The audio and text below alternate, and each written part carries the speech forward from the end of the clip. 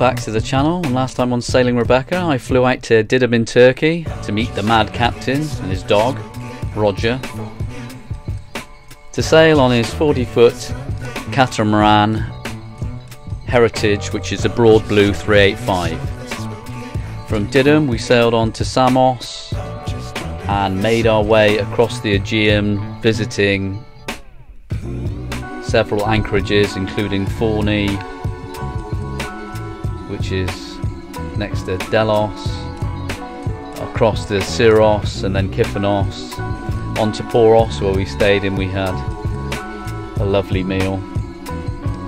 And then we made our way to the entrance to the Corinth Canal, and we went through there and stopped in Corinth, and then we did an overnight sail and ended up in Galaxnos, which is where I left you last time rather. And it's a beautiful town. And then the next day we set off, had a day sail and ended up in Trizonia, which is a very interesting anchorage. Trizonia is a small island off the northwest side of the Gulf of Corinth. It's 15 miles west of Galaxity, which is where we came from. And while the basic infrastructure was completed, the marina was never finished, and that's what makes it a little bit strange there. But what was left was a very usable and well sheltered harbour and anchorage, which visiting yachts can use and more for free. So it's pretty popular with cruisers, and it offers excellent all-round shelter. Okay, so I'm approaching the Rio Bridge, and we just had permission from Rio Bridge headquarters that we can proceed through the North Channel under the bridge. We have 1 nautical mile to go, and then we'll be crossing under this huge floating bridge. Let me show you.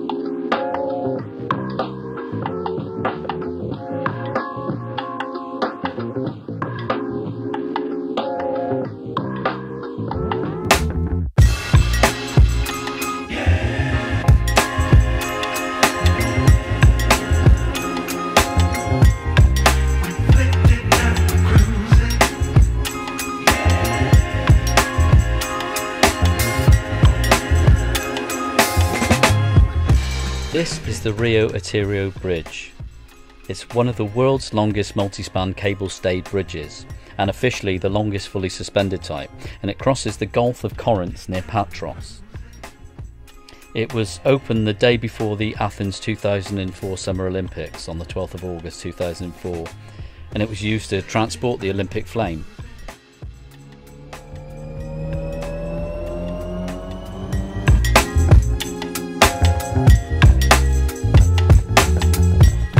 So when we were approximately 5 nautical miles out from the bridge, we radioed in to let them know that we were coming and to ask permission to go under the bridge. And then they asked us some questions about the boat, where was our last port of call, where we were coming from, which direction we were heading, how big the boat was and how tall the mast was. And then they told us which part of the bridge to go under, and then to radio them back when we were approximately 1 nautical mile away from going under the bridge, which we did. And it's an amazing structure. It really is truly one of the wonders of the world. In fact, it was on one of Richard Hammond's engineering programs on TV, and one of the National Geographic ones as well.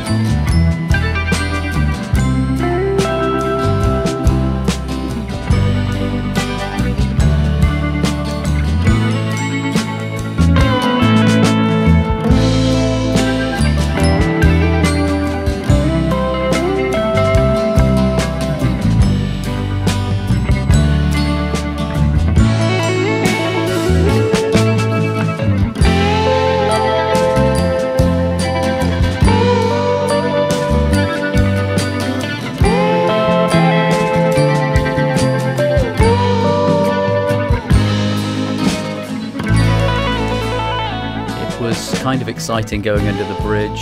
It was another milestone on our trip as we left the Gulf of Corinth and headed into the Gulf of Patros and soon to be in the Ionian Sea. Unfortunately, the wind was on our nose, so we didn't get any sailing today and had to motor, but our plan was to head to Messalongi, which was another really interesting anchorage. This is Messalongi. It's a lagoon in the Gulf of Patros, which is a bay in the Ionian Sea. It's a very strange place. Its maximum depth is like 5 to 6 meters. But most of it's only about half a metre deep, so you have to be careful when you're navigating in and make sure that you're in the channel, which are marked by channel marker buoys.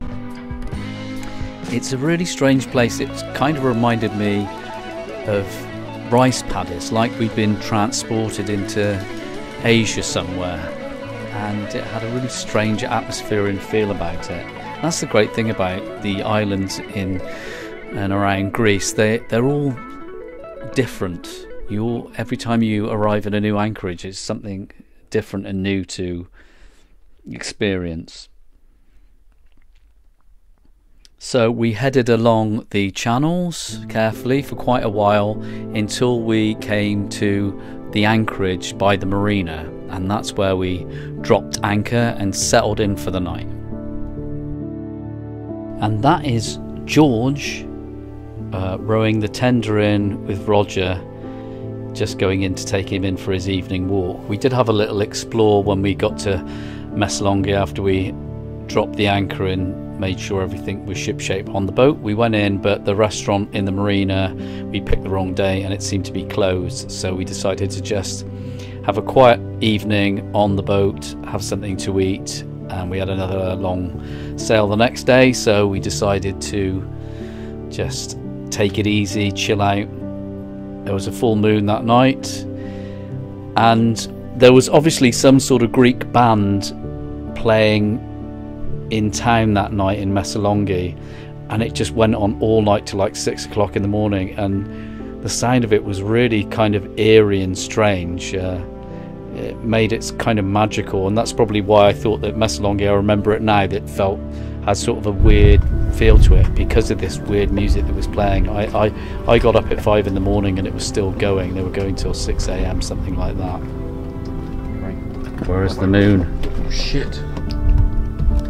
Oh my god. But it's a very well protected anchorage. It feels like you're in this very shallow lagoon, and it was very beautiful there. And we started a plan for next day's sail, and then we got up early the next morning and motored out to head out into the Ionian Sea and head towards our next destination, which was Lefkas Marina.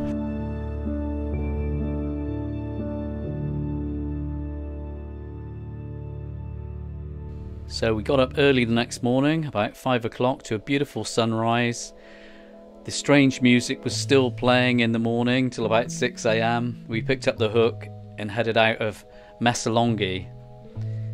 It was a beautiful night that night with a full moon, and in the lagoon all the fish were jumping all night. It was really weird. You could just hear fish, quite good sized fish as well, just jumping out of the water all night. So we passed the fishermen on the way out and headed out into the Ionian. But that's about all the time we got for this episode. Next time we'll be heading off to Lefkas for more adventures, and then on to Corfu before I head home. But hope you enjoyed it, and if you did, please like and subscribe. It really helps me out. Until next time, fair winds and following seas, and take care.